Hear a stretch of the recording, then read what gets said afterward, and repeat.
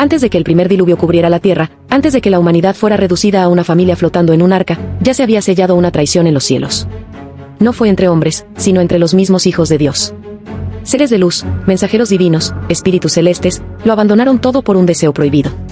El libro de Enoc, proscrito por los concilios eclesiásticos y relegado al silencio por siglos, narra una historia que aún hoy sacude la estructura misma del pensamiento religioso. Y lo hace con una claridad brutal. Los ángeles cayeron, pero no por soberbia.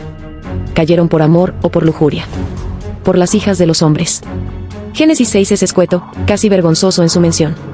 Cuando los hombres comenzaron a multiplicarse sobre la faz de la tierra, y les nacieron hijas, viendo los hijos de Dios que las hijas de los hombres eran hermosas, tomaron para sí mujeres, escogiendo entre todas. Esa línea, que muchos han querido interpretar metafóricamente, se convierte en un portal de revelación en el libro de Enoc. Allí se describe como un grupo de 200 ángeles, liderados por un ser llamado Semeyasa, descendió al monte Hermón en los días de Yared, bisabuelo de Noé. No lo hicieron por orden de Dios. Fue una insurrección. Un pacto sellado con juramentos entre ellos, conscientes de que su decisión alteraría para siempre el destino de la humanidad. Estos ángeles, llamados los vigilantes, no solo tomaron mujeres humanas y copularon con ellas, sino que enseñaron a los hombres secretos reservados al cielo. Astrología, metalurgia, herbolaria, escritura, arte de la guerra, encantamientos. A sus hijos híbridos los llamaron Nefilim, gigantes, violentos, insaciables. Eran semidioses, criaturas que dominaban la tierra con fuerza descomunal y sabiduría distorsionada. Según Enoc, no eran pocos, y su existencia marcó el inicio de la corrupción total. Los Nefilim devoraban a los hombres, bebían su sangre, incluso se devoraban entre sí. No conocían límites, ni ley, ni compasión. Su mezcla de lo eterno con lo corruptible los había vuelto monstruos. El grito de la humanidad llegó al cielo. Dios, observando el caos, decidió actuar. No destruyó a los vigilantes de inmediato. Enoc, un hombre justo, fue llevado por los ángeles para interceder. Se convirtió en el escriba del juicio, el mediador entre los mundos. Allí, en los cielos, Enoc vio cosas que ningún ser humano antes había contemplado. Vio a los ángeles encadenados. Vio a los Nefilim siendo aniquilados por guerras internas y cataclismos naturales. Vio los designios del Altísimo dictando sentencia. Los vigilantes serían sepultados en las profundidades, en un abismo llamado Dudael, hasta el día del juicio final. Y sus hijos, los Nefilim, serían erradicados por una gran purificación, el diluvio. Noé fue advertido. Se le encomendó construir el arca, no solo para preservar la humanidad y los animales, sino para borrar la mancha de los híbridos. Porque el mundo no solo estaba lleno de pecado, sino de una alteración genética prohibida. El diluvio no fue simplemente un castigo moral, fue una operación de limpieza cósmica. Una reconfiguración del diseño original. Y aquí surge la pregunta que aterra, ¿fue este un mito o una advertencia? Las similitudes con otros relatos antiguos son inquietantes. En la mitología griega, los titanes, seres primordiales nacidos de los dioses, se rebelaron y fueron encerrados en el Tártaro. Los dioses olímpicos, a su vez, copulaban con humanos y engendraban héroes como Heracles, Perseo o Aquiles, híbridos de fuerza sobrenatural. En los textos sumerios, los Anunnaki descendieron del cielo y crearon a los hombres, mezclando sus esencias con la de la tierra. En los mitos hindúes, los devas y asuras peleaban por la supremacía en mundos múltiples, y sus linajes se mezclaban con mortales. En América precolombina, los viracochas y los quetzalcóatl eran dioses que caminaban entre los hombres y engendraban linajes divinos. La constante es clara: dioses o seres celestiales que descienden, se cruzan con humanos y desatan una era de caos, violencia o sabiduría prohibida. ¿Puede tanta coincidencia ser casualidad? ¿Puede la narrativa del Génesis ser solo simbólica cuando su patrón se repite en culturas desconectadas por océanos y milenios? ¿Y si no fueran mitos, sino registros fragmentarios de un mismo evento? ¿Y si los ángeles caídos fueran entidades reales, conscientes, que operaron en un plano físico e histórico? La arqueología ha revelado restos de esqueletos gigantes en diferentes partes del mundo, aunque la mayoría han sido rápidamente desacreditados o silenciados.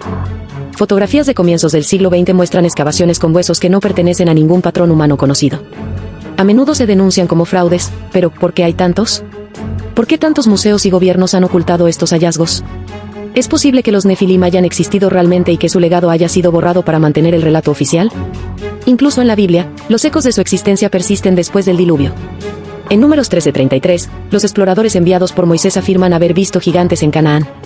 Y vimos allí a los gigantes, hijos de Anak, raza de los Nefilim, y éramos nosotros, a nuestro parecer, como langostas delante de ellos. ¿Cómo puede ser esto si el diluvio los destruyó? ¿Sobrevivieron algunos? ¿Fueron creados de nuevo? ¿O acaso el diluvio no fue tan absoluto como se creyó? El historiador Flavio Josefo y otros cronistas judíos mencionan razas de gigantes en épocas posteriores a Noé. El libro de Hacher, otro texto antiguo excluido del canon bíblico, también habla de estos seres. Y textos gnósticos mencionan a los arcontes, entidades que manipulan a la humanidad desde planos invisibles, muy similares a los vigilantes. El problema es que aceptar la historia de los vigilantes y los Nefilim implica cuestionar todo. Implica admitir que hay inteligencias no humanas interactuando con nosotros desde hace milenios. Que las religiones no nacieron de la nada, sino como respuesta a intervenciones concretas. Que los dioses antiguos no eran invenciones simbólicas, sino presencias reales, y que algunas aún actúan desde las sombras.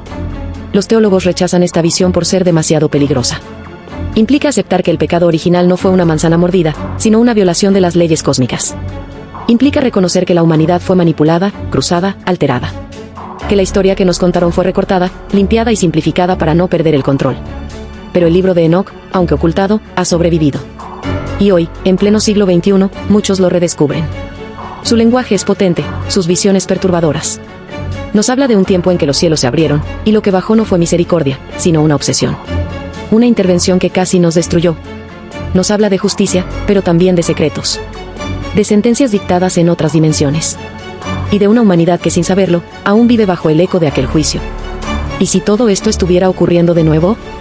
¿Y si la manipulación genética moderna, los experimentos con ADN, los híbridos en laboratorios, fueran un eco de lo que ocurrió entonces? ¿Y si estamos repitiendo el error de los vigilantes, jugando a ser dioses sin comprender las consecuencias? El diluvio no fue solo una purga, sino una advertencia. Una línea trazada por la divinidad para recordarnos que hay leyes que no deben romperse. No porque sean prohibiciones arbitrarias, sino porque son estructuras de equilibrio. Romperlas trae caos. Y hoy, el caos crece de nuevo. La tierra gime. El clima enloquece. Las civilizaciones tiemblan. ¿Volverán los Nefilim? ¿Nunca se fueron? ¿Está su sangre aún entre nosotros? Hay teorías que afirman que linajes reales, élites secretas y sociedades ocultas conservan trazas de esa antigua genética. Que los descendientes de los semidioses caminan entre nosotros. No con estatura colosal, sino con una inteligencia, una voluntad y un poder que no son enteramente humanos. Las religiones no quieren que sepas esto.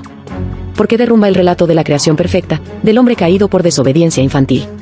En su lugar, surge una historia de manipulación, mestizaje cósmico y castigo divino. Pero también de posibilidad. Porque Enoch fue salvado. No por ser perfecto, sino por querer comprender. Por abrirse a lo imposible. Quizá eso es lo que se nos pide hoy, dejar de fingir que todo esto es mito, y atreverse a ver la historia completa. La historia de los vigilantes y los Nefilim no es una fantasía oscura. Es una ventana. Una grieta por donde la luz de la verdad puede filtrarse, si tenemos el valor de mirar. Porque los gigantes del pasado no fueron más que la primera sombra de un ciclo que vuelve. Y esta vez, no tendremos un arca. Esta vez, la elección es individual. Creer o seguir dormido. Buscar o repetir el error. Recordar o desaparecer.